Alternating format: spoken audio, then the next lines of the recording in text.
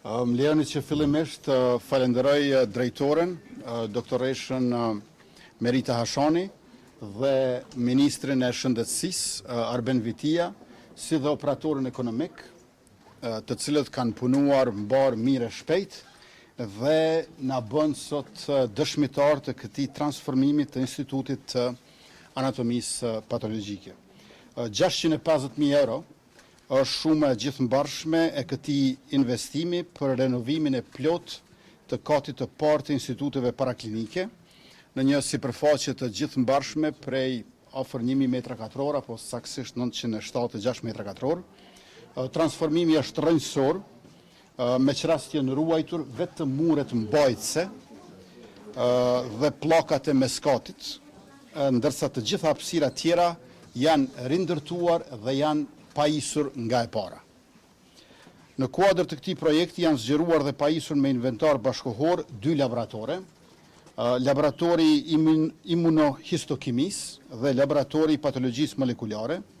Pastaj janë riorganizuar dhomat e patologëve për më shumë specialist, si dhe janë funksionalizuar hapësirat përcjellëse për punën e përditshme. Njëkohësisht janë rregulluar edhe hapësirat për marrjen e mostrave, sporteli në korridor, dhoma e rojes, si dhe janë rinovuar sallat e studentëve dhe zyrat e profesorëve të patologjisë. Transformimi klinik pas klinike, institut pas instituti do të vazhdoj deri në ndryshimin rrënjësor e cilësor të shëndetit e të shëndetësisë sonë publike. Në fund falenderoj edhe gjithë stafin, të cilët punojnë pa pushim këtu dhe angazhohen që shëndetësia publike në Kosovë dhe pacientët të marrin trajtimin e duhur e të merituar. Tash para jush do t'ju drejtohet drejtoria doktoresha Merita Hashani, më pastaj edhe ministri Arben Vitia. Zoti Kurti, kur do të intervenonin në kambin e Berzymeri? Kemi pa pamjet janë të mërshme. Se njëherë doktoresha e ka fjalën. Atëherë, faleminderit për vizitën dhe për praninë e juaj. Sot është një ditë e veçantë për neve, për shkak se për herë të parë pas ndërtimit ky institut, kati i parë i këtij instituti me një pamje krejtësisht tjetër përmes transformimit rrënjësor, i cili është arritur përmes mbështetjes institucionale dhe përmes menaxhmentit të SHSKUK-s. Ky transformim ka kriju kushte të reja të punës, duke rritur kështu cilësinë e shërbimeve shëndetësore në Institutin e Patologjisë dhe në këtë mënyrë ky investim do të ndihmojë dhe do të ndikojë direkt në mirëqenien e qytetarëve. Instituti i Anatomisë Patologjike është institut referent në nivel të Kosovës. Këtu pranohen mostrat nga QKK-ja dhe nga pothuajse të gjitha spitalet rajonale. Në këtë institut kryen biopsit, citologjit dhe autopsit për gjitha këto nivele, ndërsa numri teknikave të cilat i përdorim janë teknika të avancuara dhe do të shkojmë tutje edhe në avancimin e teknikave, synimi jon është edhe në avancimin e teknikave më moderne, duke ju falenderuar shkencës dhe teknologjisë. Pra do të shkojmë tutje që të rrisim gamën e shërbimeve, duke filluar fillimisht me shërbimin e nefropatologjisë, e cilën insistojmë dhe synojmë ta hapim së shpejti si shërbim, e pastaj edhe shërbimin e patologjisë molekulare dhe shërbimet e tjera të cilat janë të nevojshme për pacientën tonë, duke ndikuar kështu në rritjen e shërbimeve shëndetësore në institucionet shëndetësore. Faleminderit shumë. Atëherë jam shumë i lumtur që sot erdhëm dhe pam punën që është kryer në Institutin e Patologjisë, një institut me rëndësi të jashtëzakonshme, sepse puna në këtë institut tregon edhe për klinicistët, sidomos për klinikën e onkologjisë, shumë në mënyrë që pacientët të trajtohen në mënyrën më të mirë dhe më të shpejtë të mundshme. Ashtu si tha edhe drejtoresha, jemi duke punuar që sa më shpejt aktivizohet edhe patologjia molekulare në mënyrë që të na ndihmojë për pacientët onkologjik edhe me terapi target terapi, në mënyrë që pacientët edhe të marrin terapinë më të mirë, po edhe mos shpenzohet për pacientët të cilët terapia mund edhe mos të ketë efekt. Në anën tjetër, ky vit do të jetë vit i diagnostikës, do të investohet në gjitha laboratoret pa dallim, duke filluar me teknologji të re, me digitalizim të laboratorëve dhe natyrisht kjo është një ndihmë jashtëzakonisht e madhe për të gjithë klinicistët e sidomos për pacientët, të cilët do të kenë mundësi që të diagnostikohen në mënyrë të sakt, në mënyrë që trajtimi pastaj të ketë sukses. E falenderoj sinqerisht drejtoreshën për krejt angazhimin në këtë punë, bashkë me krejt menaxhmentin në SHKUK e sidomos stafin e palodhur të Institutit të Anatomisë Patologjike, të cilët me përkushtim kryen të gjitha punët të cilat vijnë mostrat nga secila klinik në SHKUK, por jo vetëm. Faleminderit drejtoresh. Dikur t'ja mundem një pyetje tash. A mundesh me më tregu se me që jemi të renovimet, kur do të renovohet kampi e Enver Zymberi? I kemi parë disa pamje të publikuara. Gjendja ndërmjet atyre pamjeve është dukur mjaft e tmerrshme. Projekt buxheti prej vitit 2024 deri në 2026 i ka të planifikuara të hollat. Si është plani juaj? Është e vërtet që ka shumë muaj që nuk kam qenë në kampin Enver Zymberi, por përgjigjen në pyetjen e juaj duhet të jap Ministria e Punëve të Brendshme, përkatësisht Policia e Kosovës, e nëse nuk e kam bërë ose nuk e bëjnë, unë kujdesem që sot pas ditës ta keni një përgjigje. Sa është e rëndësishme që policët të kenë Më falni, tash duhet përgjigje më datën vlerë. e zgjedhjeve Zonja Osmani me 28 dhjetor dhe a kthej ajo shpinën e para apo jo? Unë nuk kam se çfarë të shtoj prej konferencës për media që kam pasur para një jave dhe nuk besoj që është e nevojshme ta përsëris veten. Presidentja e Republikës është kreu i shtetit ku unë jam kryeministri i vendit dhe unë besoj që kemi një çështje që tash ndodhet në gjykatën kushtetuese, ndërkaq theksi duhet të vihet tek fakti që në vitin e kaluar kemi pasur 4 palë zgjedhje dhe unë jam i bindur që nuk kemi nevojë ta përsërisim vitin 2025, viti 2026 është vit i ri, nuk është as e drejtë as e dobishme që të kemi zgjedhje të përsëritura.